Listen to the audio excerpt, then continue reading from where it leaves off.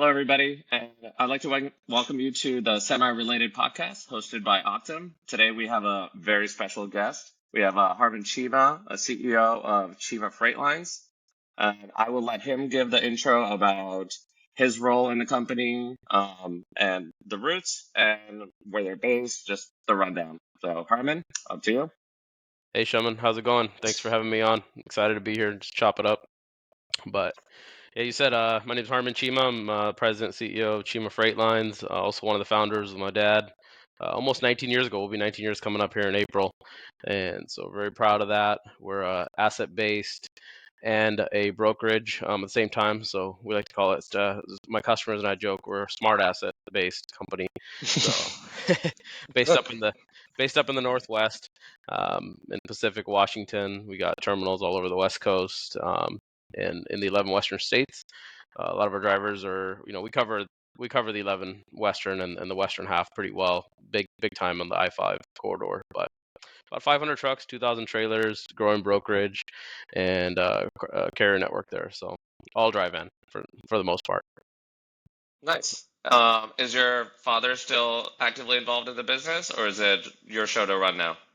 He's pretty actively retired, so uh, good for him. He's worked his butt off, and he started out as a truck driver, bought his own truck, and went down the owner operator path. And then we got our authority, went down the true independent contractor carrier route, and then from there, I was involved in the business early. Got started when I was a sophomore in high school, about 15 years old, and found that hey, it's pretty cool. We can make some money, make some connections. Pretty cool to be able to work with all the big brands, right, of the world, of the country, and be able to move and move their freight and move the country, move America, right? That's what keeps me going and keeps the passion going. So liked that and got involved more and more.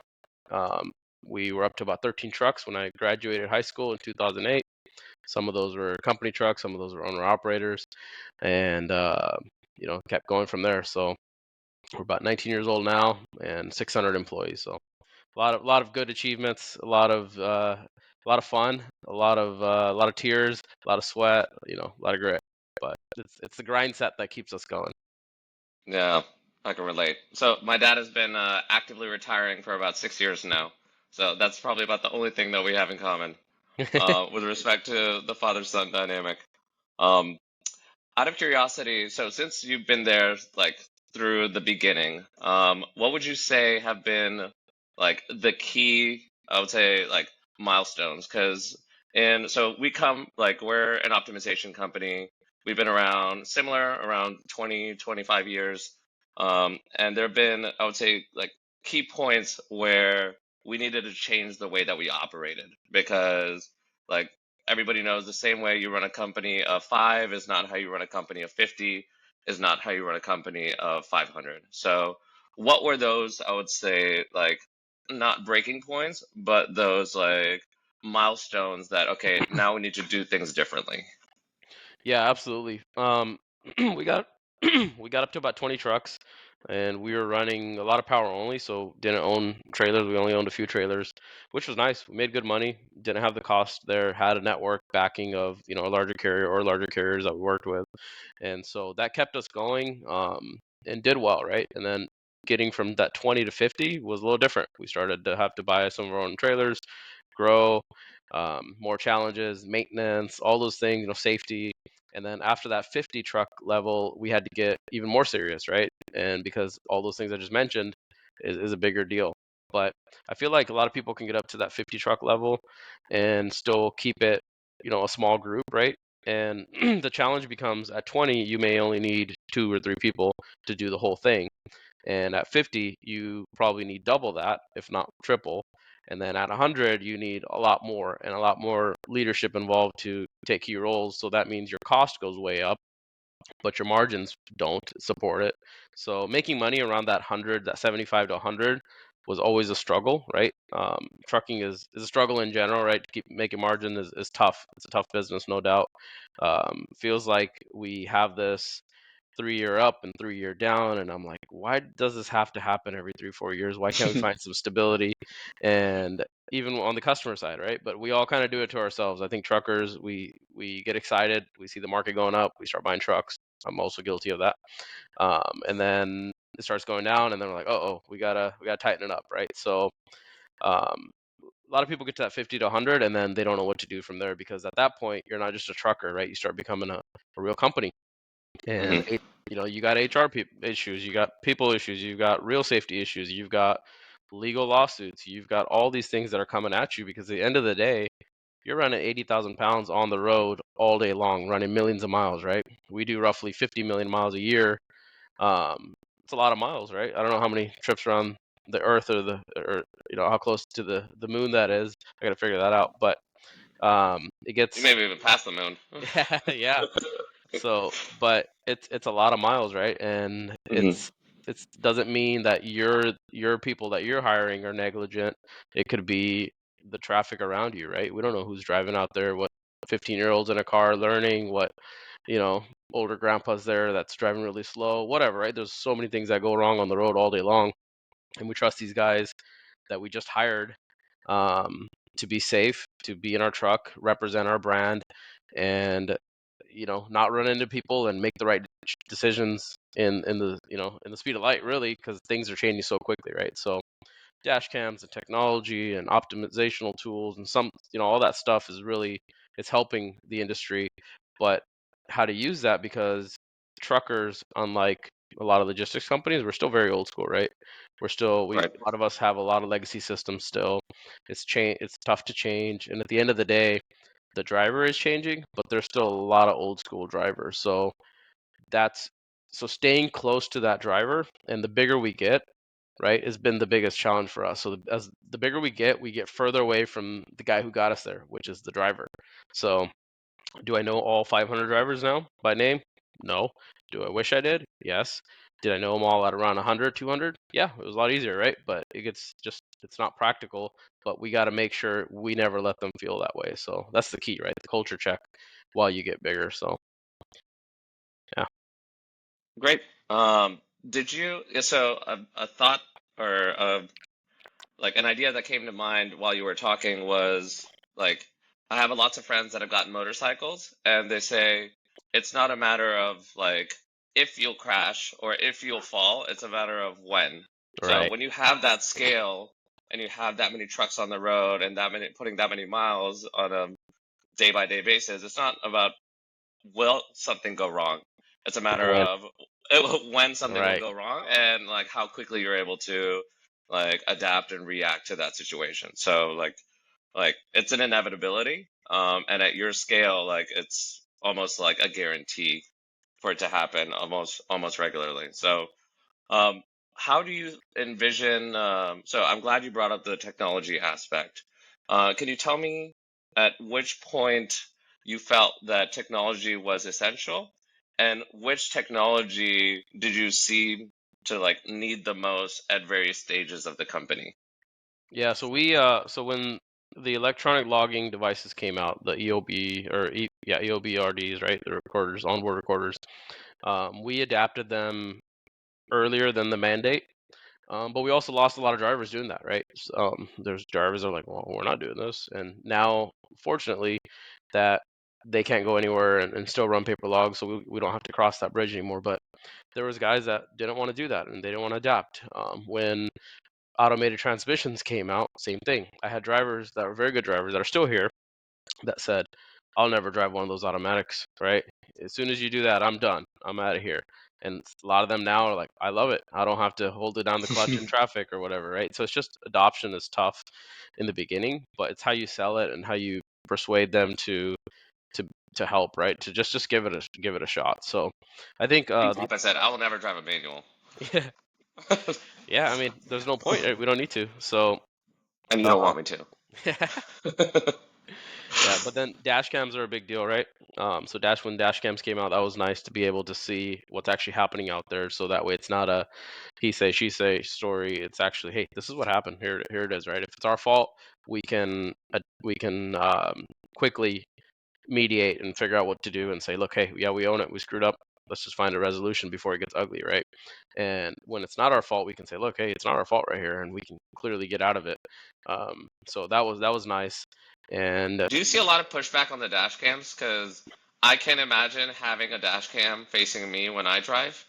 Um, Not to say do irresponsible things, but I will check my phone, and um, I just like I totally understand the need for that safety from a driver perspective. I'm not driving like I don't have 40,000 pounds like behind the wheel of my yeah. car. But just I want to know what was it like rolling that out? Was it? I'm sure obviously there'll be some drivers like I know what I'm doing, don't micromanage me, and that's true for any company. Where once you start enforcing these administrative policies, even technology, you have these like, oh, start logging your time of how much time you're spending on every project, or like listing out your tasks. You're gonna get pushback of like, do you not trust me? Do you not know like that? Like do you not think that I'm doing a good job? Or like there's a sense of like there's a wall that you're gonna face. So I want to know, do you face that? Is that a common thing, or is that just like a tail end and everybody else kind of gets the point and gets behind it?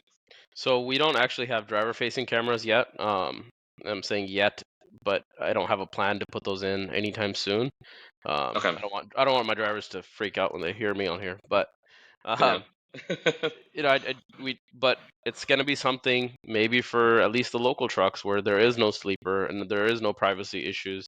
Um, Hmm. to start there, right? I mean, it's gonna happen. Like technology is moving. It could happen in a few years. It could happen next year. It could happen in the next 5 years, right? We haven't decided that yet, but just the outward facing, even that adoption in the beginning was, it was tough, but we had to tell them, look, we're not here to babysit you. We're not here to be big brother.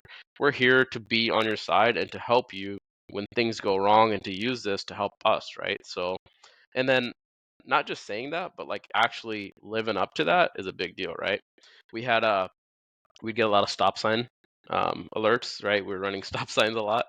And we're Hmm. like, look, hey, we're not trying to micromanage you, but we got a stop sign problem here. The fleet keeps running stop signs. And so, but we can give them that information. And a lot of them were like, yeah, you're right. Maybe I'm not stopping, right? But just these guys have been driving for 25, 30, 40 years, even us, right? Sometimes like we don't stop all the way, or we get complacent, right? And things, are we not safe? No. I mean, we're fine, but like we're not aware of it, right? So these things help make you a little bit more aware, and you can use it as a coaching tool instead of an enforcing tool, right? So that's the way we've done it, and that's the implementation path we took, and we took it slow. But I Yeah. mean, dash cams are so common now. There's especially outward facing, like inward facing has become more and more common as well. I've got friends that have larger fleets than myself that have inward facing, and they said that yeah, they did lose some drivers, but for the most part, it was the same thing. They adopted and they were fine as long as the company's not using it to hold up the stick and use it against them. It's totally fine, right? If we can use it in a positive way and use it in a coaching way. Yeah, I mean, like with anything, like change is always like difficult initially, but then that becomes the new norm, and then that's just how life is. And humans are like, if anything, we're great at adapting, to for better or for worse. Yeah, One smartphones, thing, right? so A lot of these guys yes, have flip exactly. phones. Now they're all Yeah, on smartphones. yeah. How is the adoption of technology like within the truck? So, So so we run platform science in our truck, which is hmm. I think is the latest and greatest technology out there. We had legacy PeopleNet before, and a lot of the drivers that we have came off of a PeopleNet or a Qualcomm or OmniTrax, Hmm. right? Which those are dinosaur technologies now, right? They were not built. And I think Trimble recognized that, which Yeah, is why they went with that yeah. I'm glad they partnership did that. and That was cool acquisition. to see. Hmm. but but we had to force ourselves to spend the money and just get ahead of it because the companies, everybody else is just getting ahead of it, and the truckers were still stuck right in the old technology. So that was a big deal for us. We spent a ton of money getting our fleet upgraded and getting that adoption rate. But same thing, like we had to make sure we made it easy for the driver, and we made it to where it's a positive thing, right? So our workflow, I can say this now because they're not in the game, but like Trimble's Hmm. workflow was so bad. we could never properly implement it. And we made sure before we rolled out Platform Science, the workflow was dialed in for the most part. We brought in a group of 10 drivers and say, hey, let's go through this together and build it together on what it looks like for the driver. Because at the end of the day, what I think is going to work or what I think is easy and the way I think it should work, the driver could say, look, you're tripping, right? This is the way it should Yeah. look like for us because we're actually working on it on the truck. So the adoption, yeah, just like anything, change. But for the most part, if we can make it a easier change for them and actually technology that actually works in their favor and helps them, it's a win. So that's the way we made sure we spent the extra time and resources ahead of the game before we made any flips to get ahead of it and make sure things work. Yeah, was it perfect? No, but at the same time, that's the key, right? If you're gonna do something to make it harder on somebody, yeah, it's gonna be tougher. So When you say workflow, what exactly do you mean? Like, what was the change, or give me an example of like one workflow improvement that you did. So back in the early days, if you're a driver and I say, hey, when you get to your delivery, make sure you call in, tell us so we can punch it in the computer, and that way when the Hmm. customer calls, we know when they arrived, right? That was the old school way on the phone. Yep. Actually, some of that was pretty easy. Hey, I've arrived, cool, punch it and done, right? But Right. then it went to some of the tablets that we have, like, hey, they would have to manually go in and say, I've arrived, right? Now, Right. it seems that simple, but they'd have to go find the form, like, okay, that's the arrival form. Some of them, the load number would come across, some of them it wouldn't, so they have to go find the load number. So it takes 30, 40 seconds sometimes to say I arrived. Well, guess what? Everybody doesn't remember to do that, right? And Hmm. we would Or maybe always, they'll remember at the time of leaving, or where they're right, like 20 miles out after they've already left. They're like, oh crap, I forgot to say that yeah, I've arrived. Mm. right. And then the other part we were having, and then with some workflow issues that we were having was they would get there the night before to deliver the next morning or nearby somewhere, and then it would make them arrive, even though, and then maybe somebody slept in the next morning and didn't wake up for whatever reason, and they never really Hmm. checked in for their 6 a.m.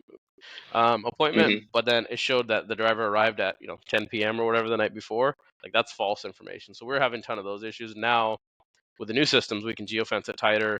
It can be smarter not to arrive before X amount of hours and those kind of things, right? So, and it's doing the work for them. It's doing the arrival calls, the departure calls.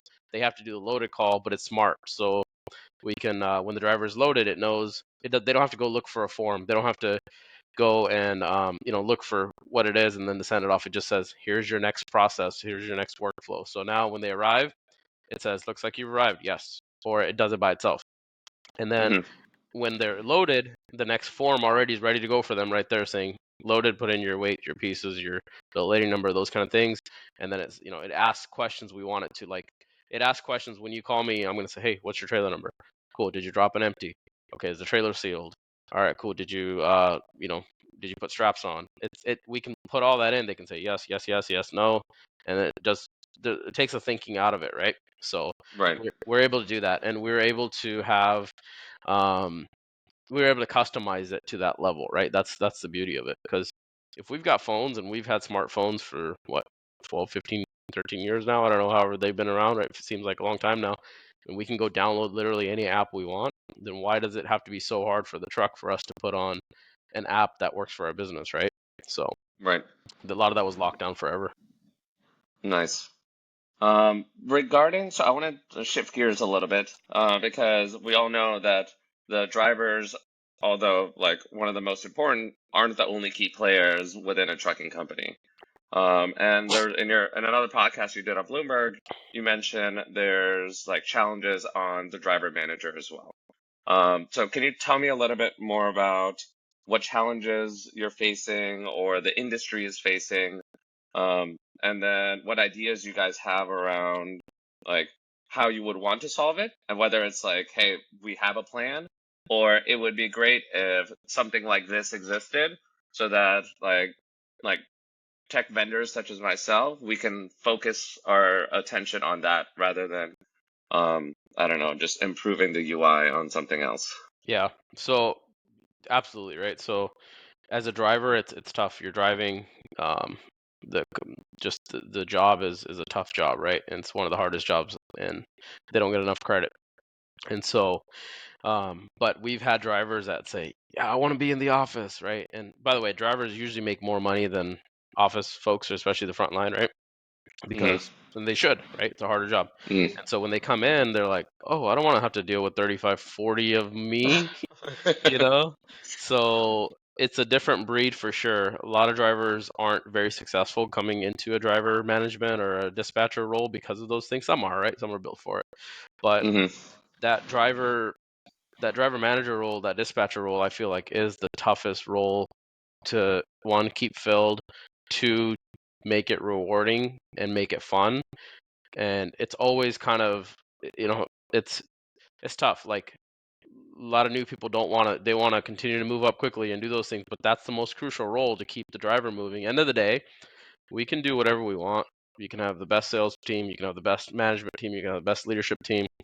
If you don't have a driver and you don't have a good dispatcher or a driver manager, none of that makes sense because these guys are the ones that are going to get the job done and get it executed, right? And they're also some of the most thankless jobs. So I Hmm. think as an industry, that needs to change.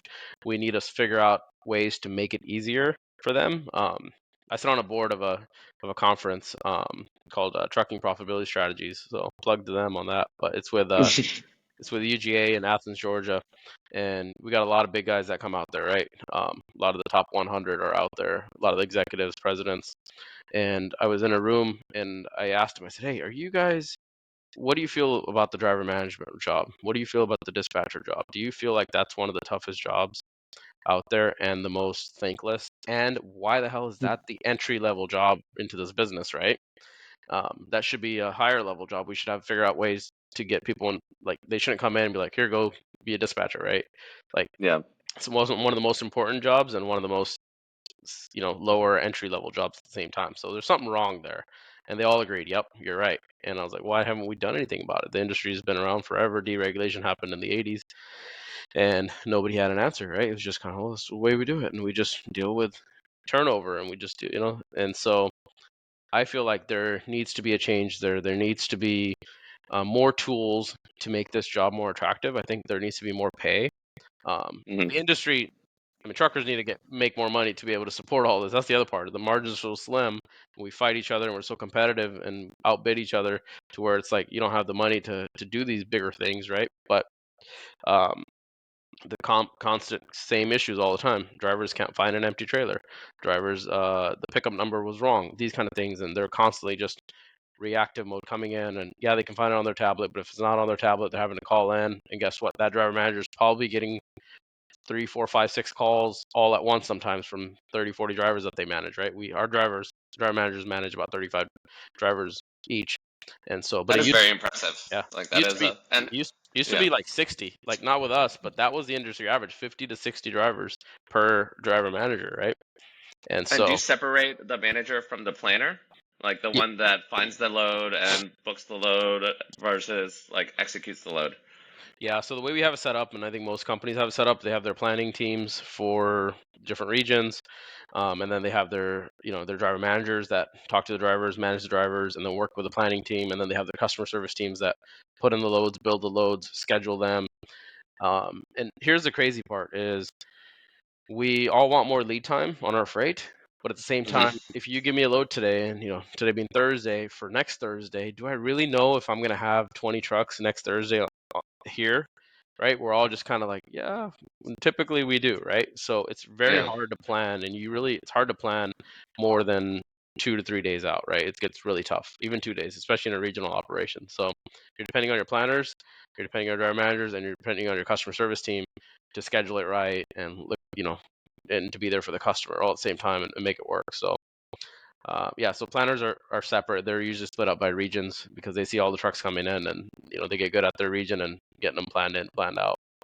But it's just a big chess game, right? That you're playing that's constantly moving because you don't really know how many trucks you're gonna have in the Phoenix market next Thursday, right? It's not gonna you don't know that today. You're just gonna guess.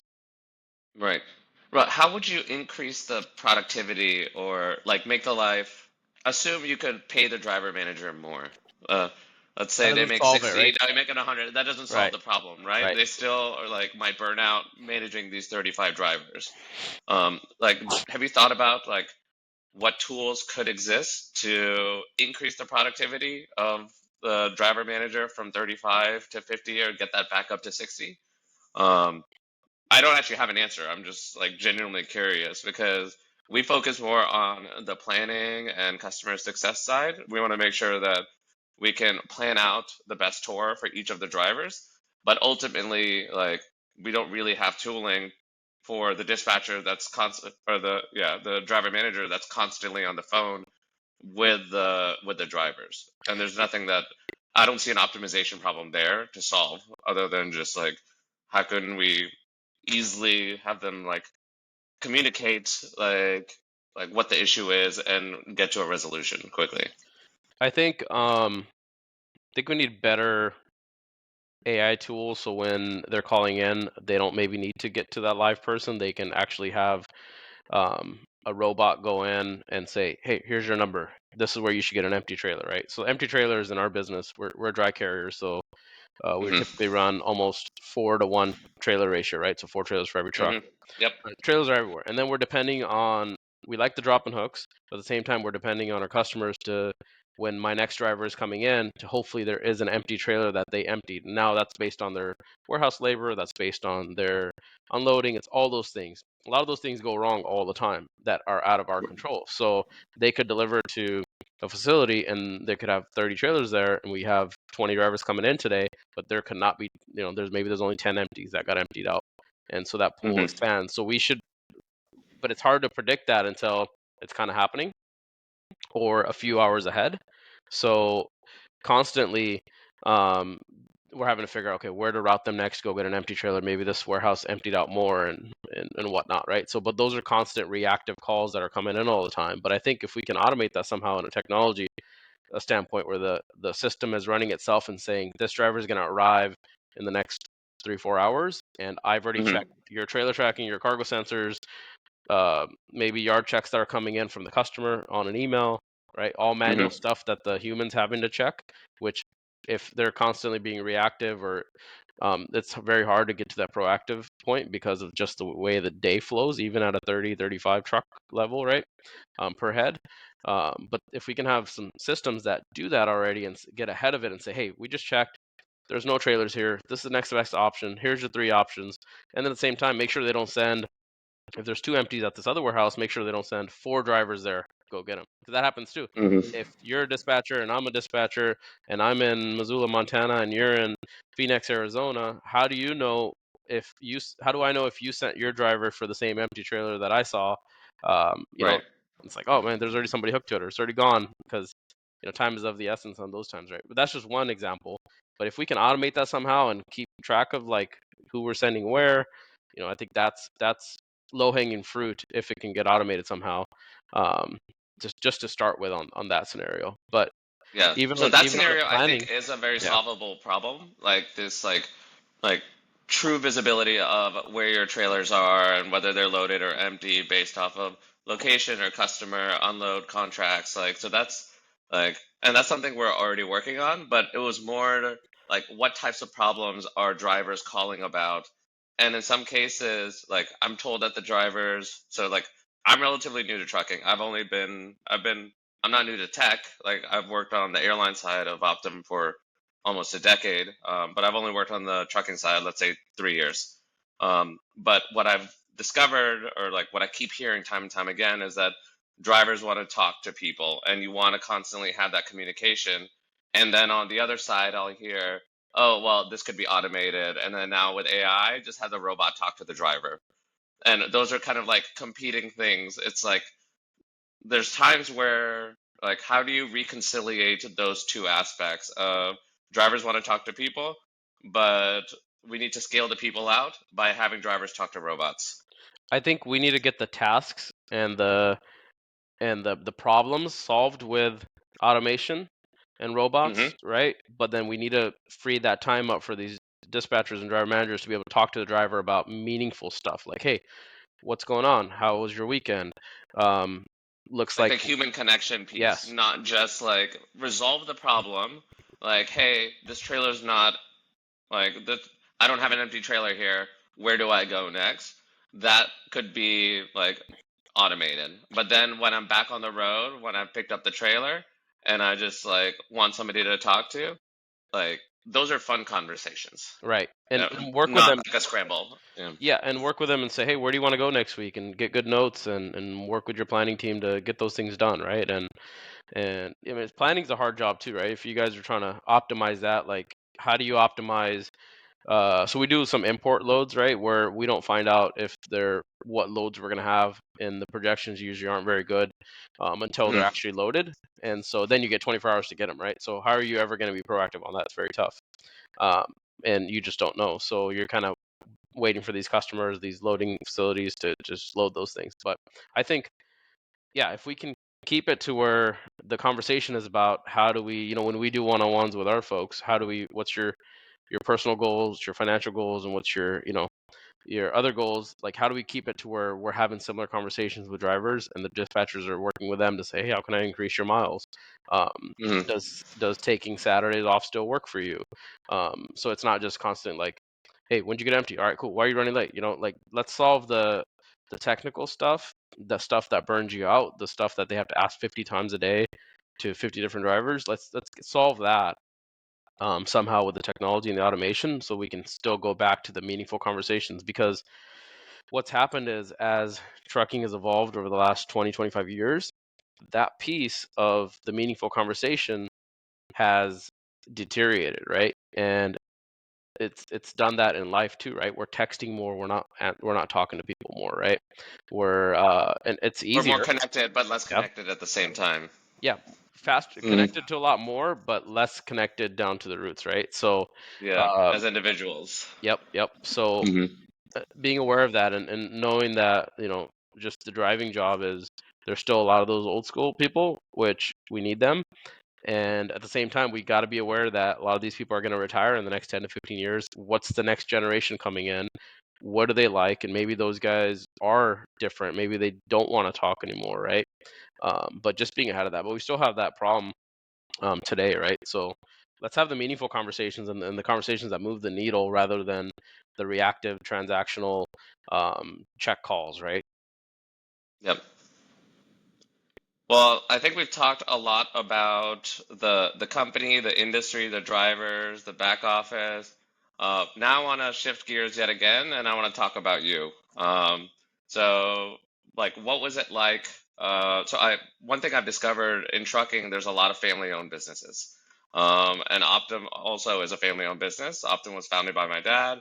My brother works at the company. Most of our dining room conversations are about business, like despite my mom's best efforts to make them about other things. I would love to hear what it was um, like growing up in the family business and growing the family business alongside your dad. Yeah, so my brother's so we're just two siblings, and my brother works, he runs all of our maintenance and the shops and the equipment side of the business. And so yeah, totally, definitely family businesses, right? There's a lot of companies, a lot of trucking companies that are still family owned and operated, which is why so much of the capacity is still very small, right? There are 20, 40, 50 trucks or less. Um, and there's only so many actual big corporations, right? Because it's hard to get to that Hmm. level and still stay that family grassroots. So my goal is always stay family centric, especially to the drivers and your employees. But then you got to be able to scale and be Wall Street to your customers and your banks and all of those, right? Because they want to see true, legitimate companies. But these Hmm. guys, they still want the personal touch, right? So the horror stories we hear about corporates or corporations and corporate America, like, we got to be aware of those, and make sure from an employee and a people standpoint, we keep it real and keep it tight. But at the same time, when we need to be there, we can perform to that, right? So growing up in this business, I mean, my dad was a driver. He try to drive as local as possible so he can be home every night. But at the same time, like, we would see him for a few hours a night, go to sleep because he had to wake up at 3 o'clock in the morning and go back to work in the morning, right? So life of a truck driver. And we'd get one day on the weekend. Saturdays was typically, go with dad, and he would be repairing his truck. My brother's 4.5 years younger than me, so I'm 30. I'll be 35 this year, so he's turning 30 here pretty soon. So we started young, like, just kind of, it was truly in the blood, right? Whether Hmm. And so on Saturdays we spend most of the Saturday repairing anything, or we didn't repair anything. My dad was, right. We just hang out with him. That was our way to hang out with him. And on Sundays would be we'd go to the temple or the church, and then go to the grocery shopping, and then he'd get ready for Monday all over again, right? So, but as we started the company, yeah, just I mean, my wife's involved now too. She got married. She got married into the industry, you can say, and Yeah. she runs our HR. And so, yeah, a lot of the conversations we have are still around the business, right? And um, I like family-owned businesses, but at the same time, it makes it a little bit tougher.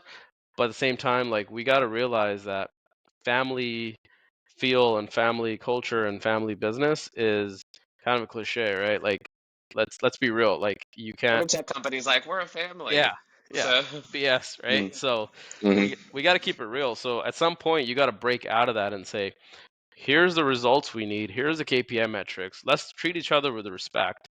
Um, but we're not a family, right? You can't yeah, replace your brother, right? Let's be real, right? So, I like, tried. I mean, maybe in the company you can, but he's Yeah, never gonna. You can't like get another brother, right? So, but in the company, yeah, like, you do replace, and people do move on, and that's that's not very family, right? So I don't right. like using the word family because that's not true. And so, hmm um, I just like to keep it like, let's be respectful to each other, and support each other, and work towards the common goal, and make sure the goals are clear, right? But yeah, but I mean, growing up in the business, it's tough, man. Trucking is a tough business. It's a 24/7 business. I about 10 years ago, right? It took me about 10 years in the beginning. We're almost 20 years old. I was on call. I'd get calls in the middle of the night, like things were happening. Like, that's just a part of the nature of the beast that you can never get away from. And as we get bigger, now we can have teams and do those things, and I don't get a call every night anymore, right? So, which is nice. But you got to be able to get to that skill so you can hire some of those people, right? We have a team in Mexico now that's helping. So, but if there's no money, there's no mission, right? So, Yeah, like, that solves a lot of those things. And as you get bigger and as you scale, you could have a marketing team, because there's a lot of cool stuff. But if you don't have any money to do it, then how are you going to do it, right? So, just it's been a fast 19 years, and it's been a yeah, fun 19 years. It's been a tough 19 years, right? And as I said on the Bloomberg podcast as well, I feel like my early days, I was growing up. I started young, and the company was growing up at the same time. And a lot of our growth happened over the last 7, 8 years. So if I was to do it all over again, I'd make sure I have an assistant from day one to manage my emails and my tasks that bog me down all the time, right? That aren't really moving the needle. I'd make sure I have a good accountant or a CFO early, because I hired a CFO way late in the game, right? Because I was just focused on getting the freight, delivering the freight, billing it, and getting paid. That's it. And everything else around it was kind of like, oh, okay, trial and error. Okay, I probably should do that. And so just get ahead of it. But nobody knows, right? When you're building, you don't know what you're looking for, right? And I've never built a trucking company before. We're building it as we learn as we were building it, right? So right. And it never gets easier. I mean, you could have a company for 30 years. Every day you're encountering new problems and new challenges. The landscape is changing. You're getting more like competition. Like, the world is constantly changing. And for you to make sure that you still have a place in it, like, is always going to be a new challenge. So it yeah, doesn't matter whether you've been doing this 2 years or 20 years. It's like, for me, the job is just as tough now after, like, I've worked here 12 years. It's just as tough, if not tougher now, as it was like my first day on the job. So, yeah, and the family piece, yeah, totally get ups and downs. Like, when the business is doing well, the family, everybody's winning, like everything's great, and the business is struggling, then yep, like everybody's walking on eggshells, and like those like dinner table conversations are dicey, and it's just, yeah, um it's tough. Like, I don't know. Like, people ask me, like, would you, like, let's say we continue this business out 50 years and you have kids and they're looking for jobs, would you hire them? I actually don't know if I would. Like, it is, at least, at the very least, I would want like the first 5 of their years like working to be like doing something else. yeah. Unless they're like super passionate about optimization or technology, if that's still what we do at that point in time. Yeah, I got some of my early skills. Like I worked at a taco place. Hmm. Worked at what else did I do? I've had a few like little jobs, right, and growing up as a teenager, Yep. and so I think those are very crucial and important to me for development because we can hire our kids at the end of the day, like dad's still there, right? So it's a little different, and they've never been there in the beginning, and they're coming into something that's a lot bigger already, right? That's rock and roll, and it's got customers. They didn't have to go find the first customer. Um, I got my first customer when I was still in high school, and it was a direct customer, right? Not brokers, direct. And Hmm. I got fired in 2 days, like because I don't know what I was doing, and I was like, dang, that was tough, and wow, it went away that quick, right? So, but they'll never Yeah. get that experience. So Right. it I mean, definitely what is, definitely don't they gets you say you motivated. learn more from your failures than you do your successes? Like your failures stick out like they happened yesterday, and your successes you just forget about almost overnight. Yep. Yeah, So it's crazy. I don't want to take up too much more of your time. I really appreciate you being on the call. Do you have any questions for me at this stage? Yeah, I know you're a busy guy. Yeah. what's Optimum doing to take trucking to the next level or make trucking great again? Yeah. So great question. So Optum really has been investing. So most of our experience has been, so we've been around 25 years. First 10 was in rail, then the next 10 was on airlines and LTL. So we've been around for a while, but like a full truckload market is something that we're just now venturing into. So we started by creating our own TMS. It was called Axle, then rebranded to LoadOps. And now we realize that that's a highly competitive space. I mean, it's really difficult to stand out amongst the competition. It's also not really like our core forte. Like we're an optimization company. It's literally in our name. Um, so now it's how can we take all that optimization experience that we've and successes that we've had in other verticals and bring that to full truckload. So we're now launching this new product, Load AI, which is really addressing some of those challenges that you mentioned, more on the planning side, right? How can we create better routes for drivers, then create like assignments that actually match the driver preferences? If something goes wrong, how can we replan and reoptimize like within seconds, um, and like make sure that it's still like minimizes the disruption to the operations. Trailer pools was a perfect example of something that we were engaging with a customer with. Um, and they said, well, we don't know where our trailers are, and they're constantly having to log into Skybits and like compare that with the load and then contact the customer. So like how can we provide better visibility, like as a perfect example. Or like one of our early customers, they said, well, we don't have a lot of freight right now because there's just not a lot of freight moving. So it's less about planning these perfect routes, but more about how do we like source the right freight for the specific driver gap that I have. So those are the types of problems that we're trying to tackle instead of like optimize the whole network and just like have that easy button that you click. Like that will never work from day one. Like maybe as an end state, like that we could do that. But right now our goal is, hey, I have this one problem right now.